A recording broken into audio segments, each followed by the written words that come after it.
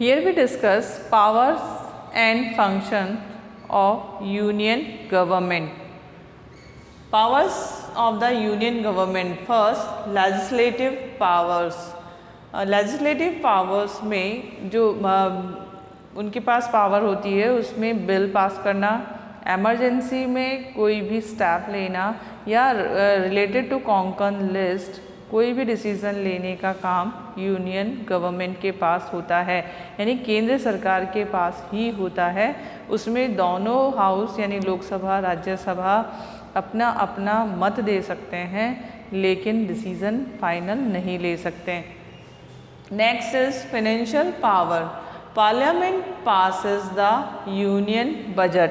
जैसा कि आप जानते हैं कि मनी बिल लोकसभा बनाती है और उसे फॉरवर्ड करती है, राज्यसभा उस पर डिस्कस करती है लेकिन उसको कैंसिल नहीं कर सकती, और उसके लिए जो बजट पास कौन करता है? Union budget union government pass करती है। Next topic is control over the executive. As you know, जो एग्जीक्यूटिव्स होते हैं इलेक्टेड एग्जीक्यूटिव होते हैं, उनको अकॉर्डिंग टू लॉ यानी रूल्स के अकॉर्डिंग वर्क करना होता है। तो बोथ द हाउसेस यानी कि लोकसभा और राज्यसभा इलेक्टेड मेंबर होते हैं, उनको पार्लियामेंट कंट्रोल करती है। Parliament exercise the union executive यानी कि उनको देखना और उनको कंट्रोल करने का काम पार्लियामेंट का होता है। Council of ministers shall be collectively responsible to the House of People, यानी कि ऐसा नहीं कि लोकसभा है तो उसके लिए जो राज्यसभा के मेंबर हैं वो उसके लिए रेस्पॉन्सिबल नहीं है, लेकिन जो कॉन्स्टिट्यूशन है उसमें दिया हुआ है कि जो मेंबर ऑफ राज्यसभा हैं वो पूरी तरह से रेस्पॉन्सिबल हैं लोकसभा के लिए भी, यानी कि टोटल पार्लियामेंट किससे बनती है? लोकसभा राज्यसभा, यानी राज्यसभा भी लोकसभा के लिए रेस्पॉन्सिबल है। इसके अलावा in this way parliament exercise control over the union executives. Now next topic is amending the constitution, यानी कॉन्स्टिट्यूशन के लिए जो मॉडर्न टाइम जैसे जैसे समय बदलता जा रहा है वैसे वैसे जो रूल्स हैं लॉज हैं उनमें भी अमेंडमेंट करना ज़रूरी होता है, बदलाव लाना बहुत ज़्यादा ज़रूरी होता है। बहुत सारे नए एक्ट हैं जो कि लाने होते हैं, जिसमें से एक बहुत सरल एग्जांपल मैं आपको देती हूँ, इजी एग्जांपल RTI का इंफॉर्मेशन एक्ट आया, जैसे एजुकेशन एक्ट आया।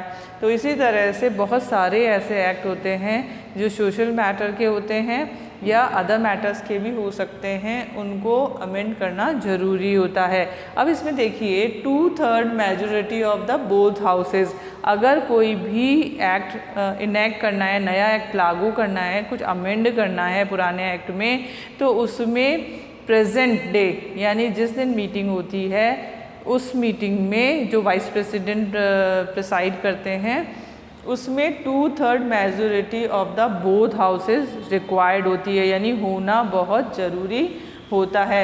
If any changes in specified matter, यानी किसी विशेष मैटर में अगर कुछ बदलाव करना होता है तो amendment shall also required to approved by at least half of the state legislature.